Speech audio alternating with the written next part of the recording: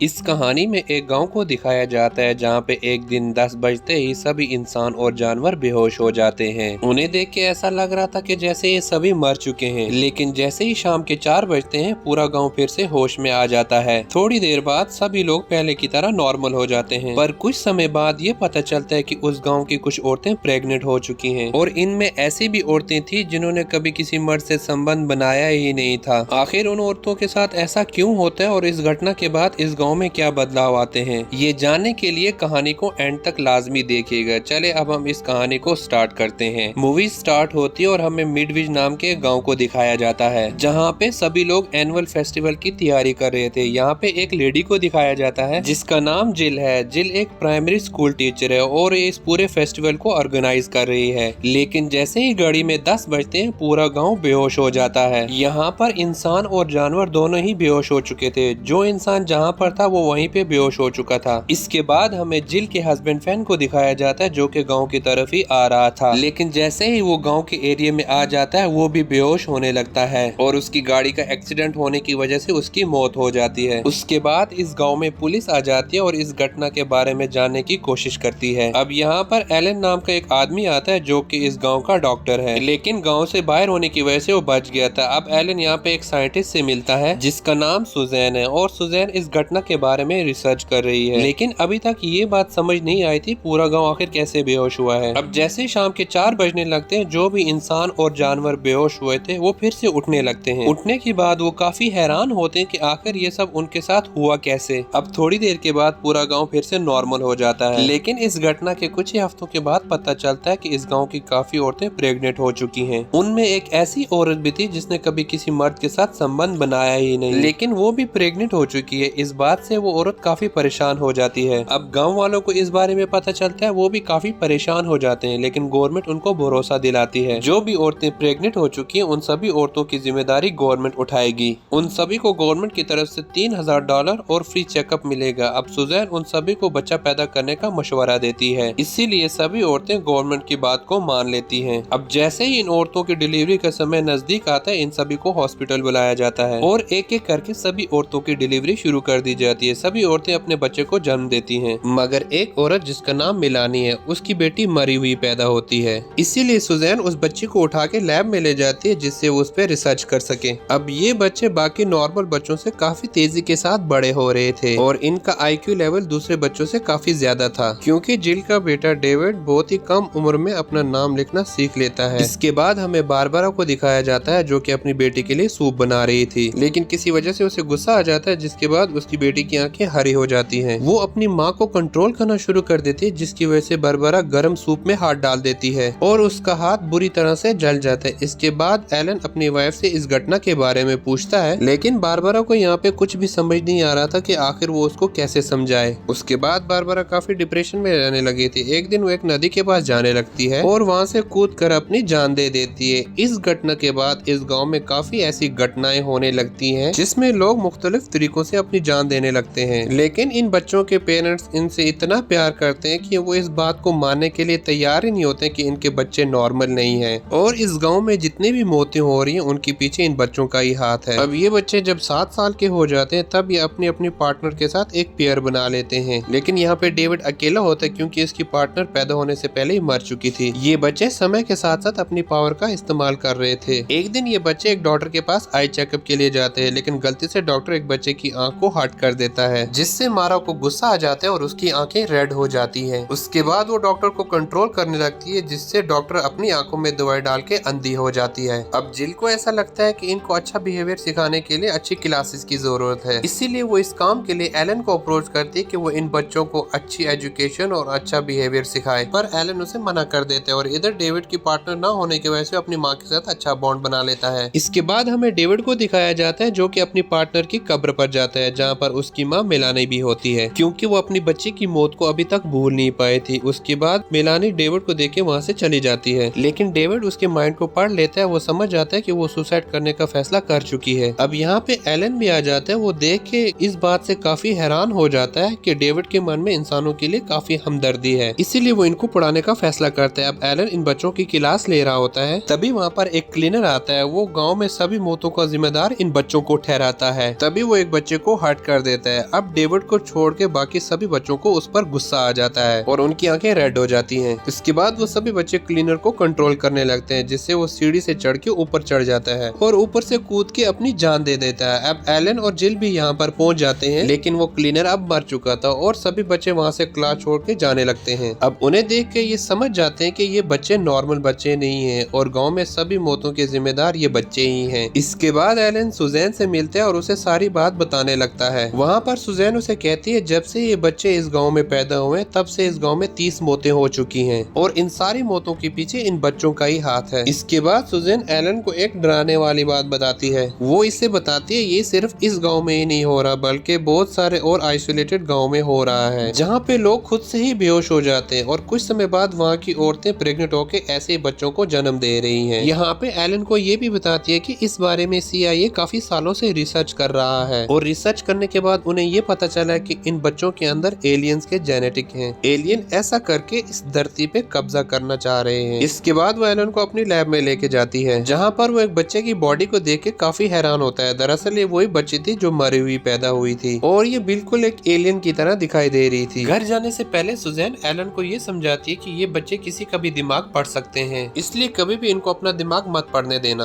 अब Suzanne Elon से कहती है कि मैं इन बच्चों पे एक रिसर्च कर रही हूँ, जब तक मेरी रिसर्च पूरी नहीं होती तुम्हें मेरा साथ देना होगा और ये बात उन बच्चों को पता नहीं चलनी चाहिए। जिसे सुनने के बाद एलन उस पर गुस्सा करता है कि उसने इतने दिनों तक ये सच्चाई छुपा के रखी, इसलिए वहाँ से चला जाता है। अब घर जाने के बाद वो मारा से कहता है कि वो बाकी बच्चों से दूर रहे, लेकिन मारा उसे धमकाने लगती है कि अगर वो ऐसा करेगा तो ये उसके लिए अच्छा नहीं होगा। मारा एलन को बताती है कि सभी बच्चे एक फार्म में रहने के लिए जा रहे हैं और अगर उनको किसी ने रोकने की कोशिश की तो अंजाम अच्छा नहीं होगा। अब एलन मारा को अपना दिमाग नहीं पढ़ने देना चाह रहा था, इसलिए वहाँ से वो निकल जाता है। इसके बाद सभी बच्चे फार्म में रहने के लिए जाने लगते हैं, लेकिन डेविड का बिल्कुल ही मन नहीं कर रहा था कि अपनी माँ को छोड़ के वहाँ से जाए, पर उसके पास और कोई ऑप्शन नहीं था, उसको भी जाना पड़ता है। अब एक आदमी अपनी बच्ची को ढूंढते हुए उनके पास पहुँच जाता है, जो कि उनमें से ही एक थी। वो उसको घर जाने को बोलता है, लेकिन बाकी बच्चे उसे कंट्रोल कर लेते हैं, जिससे वो अपनी गाड़ी एक फ्यूल टैंक से टकरा देता है, जिससे उसकी मौत हो जाती है। उसके बाद सुजैन एलन से मिलती है, उसे बताती है कि गवर्नमेंट ने इन सभी बच्चों को एक साथ मारने का फैसला किया है। बहुत जल्द इस गांव में आर्मी आने वाली है और इसीलिए सभी लोग इस गांव को खाली कर रहे हैं। लेकिन एलन उन बच्चों से मिलकर उन्हें एक बार समझाने की कोशिश करता है, पर उनसे बात करके वो समझ जाता है कि इन बच्चों को समझाने का कोई फायदा नहीं है। अब यहाँ पर मारा एलन का दिमाग पढ़ने लगती है, जिससे एलन समझ जाता कि अगर उसने इसका दिमाग पढ़ लिया तो उसे गवर्नमेंट प्लान का पता चल जाएगा, इसीलिए वो एक ओशन के बारे में सोचने लगता है। इसके बाद मारा डेविड से मिलने के लिए चली जाती है और वो डेविड से उसके अच्छे व्यवहार के बारे में बात करने लगती है, क्योंकि उनकी दुनिया में ऐसे व्यवहार की कोई जरूरत नहीं है। लेकिन चर्च का पादरी मारा के ऊपर निशाना लगा के उसे मारने की कोशिश करता है, पर यहाँ पर दूसरे बच्चे उसे देख लेते हैं और उसे कंट्रोल करना शुरू कर देते हैं, जिससे वो खुद को ही गोली मार देते हैं और उसकी मौत हो जाती है। अब पादरी की मौत की वजह से सभी गाँव वाले बहुत गुस्से में होते हैं, इसलिए वो सभी मिलकर उन बच्चों को मारने के लिए जाते हैं। अब ये बच्चे उन्हें रास्ते में मिल जाते हैं, जिस वजह से एक औरत उन्हें काफी बुरा भला कहती है, जिससे वो बच्चे उस औरत को कंट्रोल करने लगते हैं और वो औरत खुद को ही आग लगा देती है। इसके बाद हमें सुजैन को दिखाया जाता है, जो कि गांव छोड़ने की तैयारी कर रही थी, लेकिन तभी मारा और डेविड वहाँ पे पहुंच जाते हैं और उसके माइंड को रीड करने की कोशिश करते हैं। अब यहाँ पे सुजैन काफी कोशिश करते हैं ये उसके माइंड को रीड ना कर पाए, पर वो फिर भी उसके माइंड को रीड कर लेते हैं। उसके बाद वो सुजैन को लेके लैब में जाते हैं, जहाँ पर डेविड अपनी मरी हुई पार्टनर को देख के काफी इमोशनल हो जाता है। अब उस मरी हुई बच्ची को देख के मारा को गुस्सा आ जाता है, जिससे वो सुजैन को कंट्रोल करने लगती है। अब सुजैन एक टेबल पे लेट जाती है और ऑपरेशन नाइफ लेके खुद का ही ऑपरेशन करना शुरू कर देती है, जिसकी वजह से उसकी मौत हो जाती है। दूसरी तरफ हमें एलन को दिखाया जाता है, जो कि अपनी गाड़ी में एक डायनामाइट रखता है, जिससे वो इन एलियन बच्चों से अपना पीछा छुड़ा सके। अब गवर्नमेंट के प्लान के मुताबिक यहाँ पर पुलिस और मिलिट्री पहुँच जाती है। इसके बाद एलन जिल से मिलता है और उसे अपने प्लान के बारे में बताने लगता है कि वो बच्चों को किस तरह से मारने वाला है, लेकिन जिल उसे ऐसा करने से मना कर देती है। स्पेशली वो उससे कहती है कि वो डेविड को ना मारे, जबकि एलन उसकी बात नहीं सुनता, उसे लॉक करके वहाँ से चला जाता है। अब एक पुलिस की गाड़ी इन बच्चों के पास पहुँच जाती है, लेकिन ये बच्चे उस गाड़ी में बैठे ऑफिसर को कंट्रोल कर लेते हैं, जिससे वो बाकी गाड़ियों पर गोली चलाने लगता है। अब थोड़ी देर बाद पुलिस और मिलिट्री वाले एक दूसरे के ऊपर गोली चला के एक दूसरे को ही मार देते हैं। इसके बाद एलन यहाँ पे पहुँच जाता है और इसके हाथ में वही डायनामाइट बॉम्ब था। अब एलन जिल की बात मानते हुए डेविड को बचाने का फैसला करता है, इसीलिए वो उसको किसी बहाने से बाहर भेज देता है। लेकिन एलन का अजीब बिहेवियर देख के मारा को उस पे शक होने लगता है, इसलिए वो और बाकी बच्चे उसका माइंड रीड करने की कोशिश करते हैं, लेकिन तभी वहाँ पे जिल आ जाती जाती है और मारा जिल का माइंड रीड करने की कोशिश करती है, जिस पर डेविड को गुस्सा आता है, वो उसे धक्का दे देता है। अब एलन जिल से कहता है कि वो डेविड को लेके यहाँ से चले जाए, इसलिए जिल डेविड को लेके वहाँ से चली जाती है। तभी बाकी बच्चे एलन का माइंड रीड करने की कोशिश करते हैं, पर वो अपने दिमाग में एक दीवार को इमेजिन करने लगता है, जिससे ये बच्चे उसके प्लान के बारे में नहीं जान पाते हैं। और जब वो इसके प्लान के बारे में जान पाते हैं तब काफी देर हो चुकी थी। तभी वहाँ पर एक ब्लास्ट होता है जिसमें एलन के साथ वो सभी बच्चे मारे जाते हैं। उसके बाद हमें जिल को दिखाया जाता है जो कि डेविड से कहती है हम यहाँ से कहीं दूर चले जाएंगे जहाँ पे हमें कोई जानता ही ना हो। वहाँ पे हम अपनी जिंदगी की एक नई सिरे से शुरुआत करेंगे। जिसके बाद और इसी सीन के साथ मूवी का एंड हो जाता है। दोस्तों उम्मीद करते हैं आपको ये मूवी पसंद आई होगी। मिलते हैं नेक्स्ट वीडियो में, तब तक के लिए अल्लाह हाफिज।